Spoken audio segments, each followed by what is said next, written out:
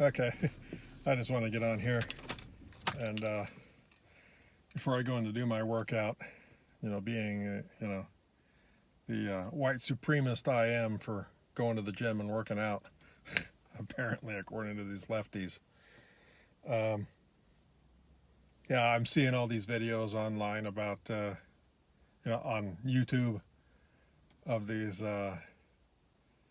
crazy women out here threatening that because Trump won the election, that they're finished with men and they're gonna not date men anymore, no sex with men, no having babies or relationships, and I forget what the other thing is. Not that it matters, but I just find that hilarious. That these blue-haired psychos think that somehow refusing to have sex with me or a relationship with me or whatever because I voted for Trump, or at least they think I did, that somehow that's a punishment. It's like, oh, thank you, God. Thank God for small favors. Somehow I'm not upset that the blue-haired and purple-haired psychos are going to be,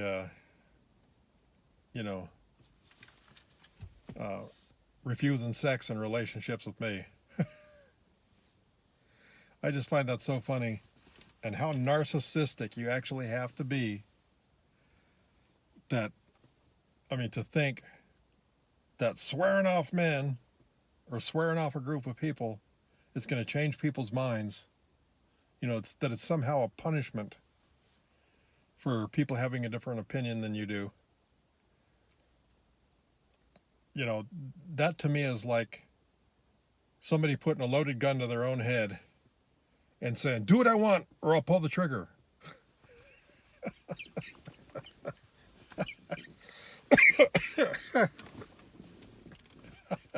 It's like, okay,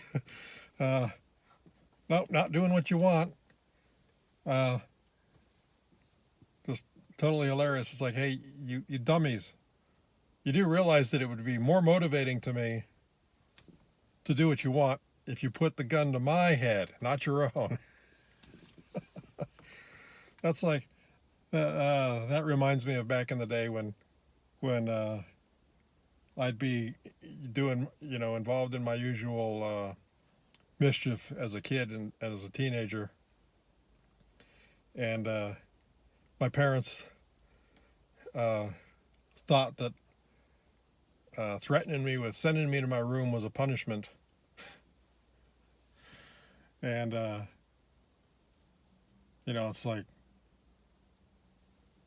if you don't start behaving, I'm going to send you to your room with no dinner.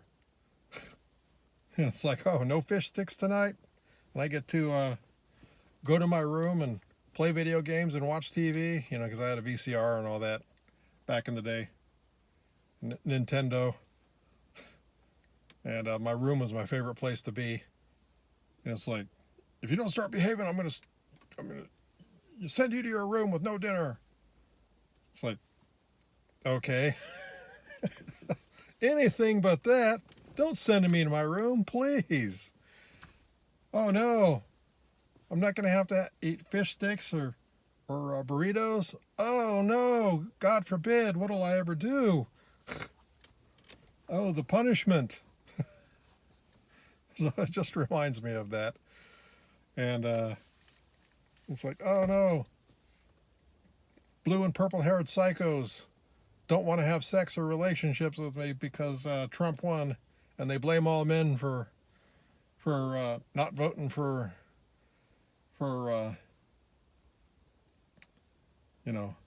Kamala DeVille.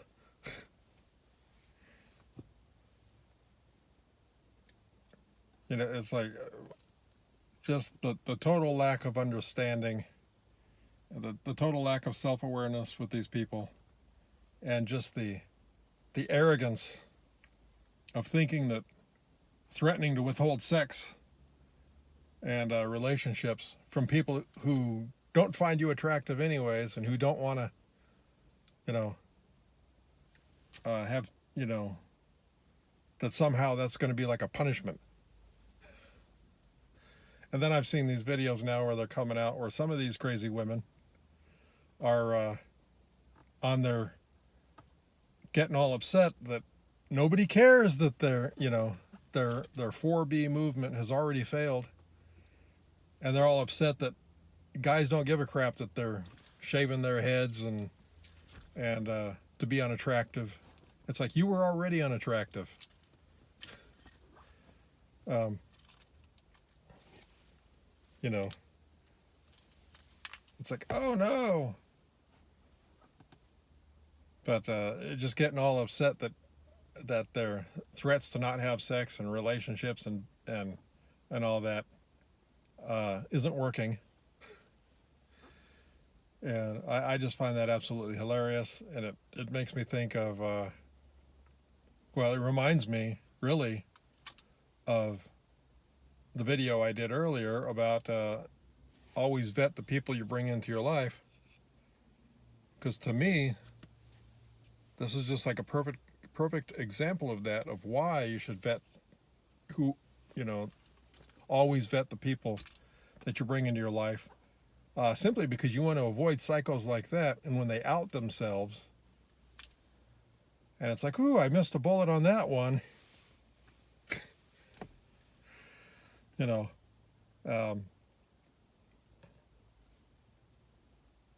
it's like, oh, let the self-vetting begin. You know, it's like, if you're a psycho and you blame me because of, you know, and don't want a relationship with me because of the outcome of an election over which I had no control or whatever, or because I simply have a different point of view, then thank you for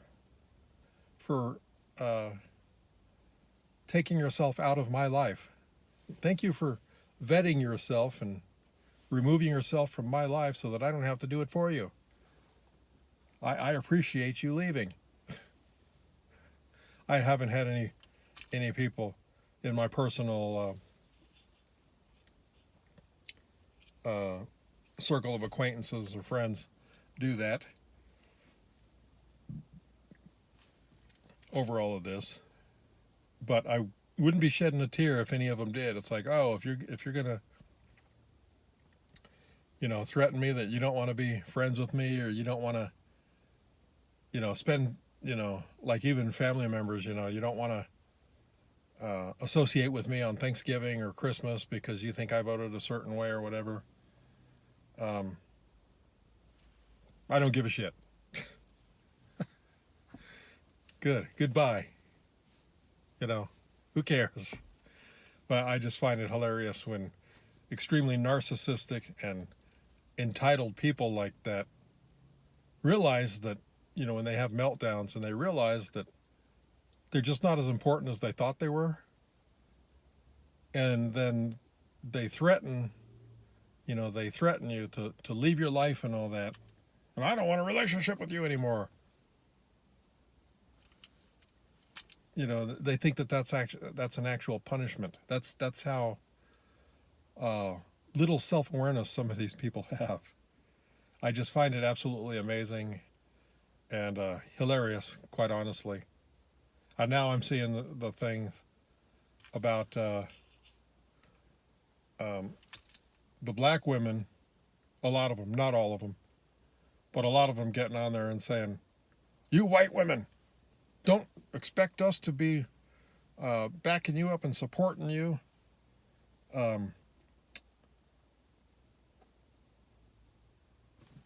You know, in your pink hat demonstrations and your protests and all that, because you didn't support us. And it's like,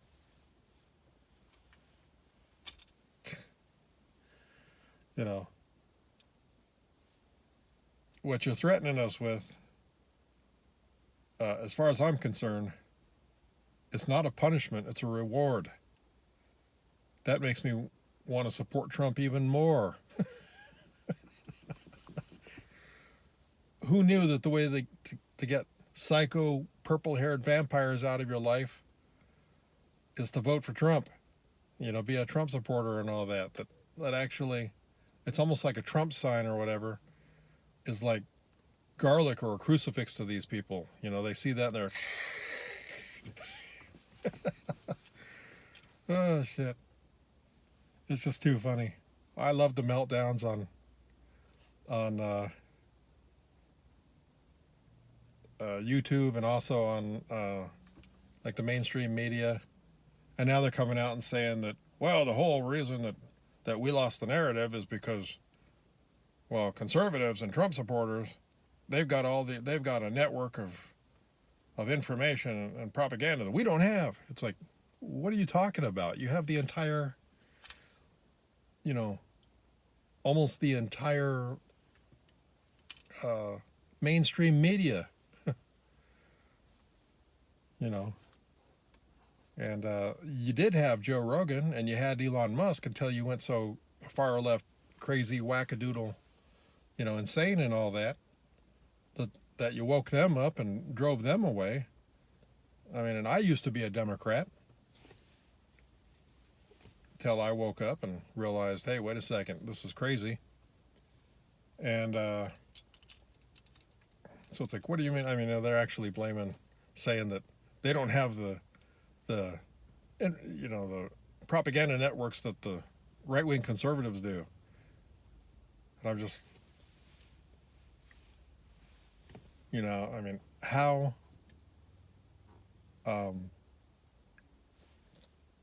just how little self-awareness can you possibly have? And just watching these people melt down when they realize that they're not as important as they've thought for ages that they were. Now you're seeing these celebrities leave the country and they're melting down over people saying that people voted wrong and all that. And they just don't understand why people aren't listening and voting the way they should. So they're all upset and bewildered of the fact that celebrity endorsements don't mean shit. It's like, because we don't care about you. We don't care about you. We're your opinions are nothing. And by the way, you're all actors and actresses. And chances are you were paid for your endorsements. So I don't give a shit about what somebody who was paid, who's made a living out of pretending to be other people, and who's obviously a paid actor. I don't give a damn about what you think. Because as far as I know, you're paid to make a public statement, a public endorsement, and we found out that Oprah Winfrey was actually paid $1 million to endorse Kamala. And all these other celebrities who showed up at her so-called rallies and, did their celebrity endorsements and all that, they were also paid big bucks. So none of them, their opinions matter because they're paid. Had they been paid more than Kamala was offering, I'm sure a lot of them would have gone over and endorsed Trump or Jill Stein or any one of the others the third-party candidates who ran. And by the way, thank you, Jill Stein and the others, for taking away votes from Kamala and company. Thank you. Much appreciated. But that really does go back to, again, what I said earlier about vetting whom you let into your life, because now a lot of people are learning the hard way that, I should have vetted these psychos and kept them out of my life, and now I'm being dumped, I'm being divorced, I'm being this, I'm being that. And just don't let these psychos in your life in the first place. So it's like, oh, thank you. You got the purple hair and the blue hair and the big nose ring and all the tats all over the place. Obviously advertising that you're a woke lefty and all that, thank you for advertising that so that I know I can vet the crazy and keep the crazies out of my life. I have no problem with, somebody who has a few tattoos and all that. But at some point, when you tattoo your face and your neck and in places where you can't cover up, that shows poor judgment on in my opinion.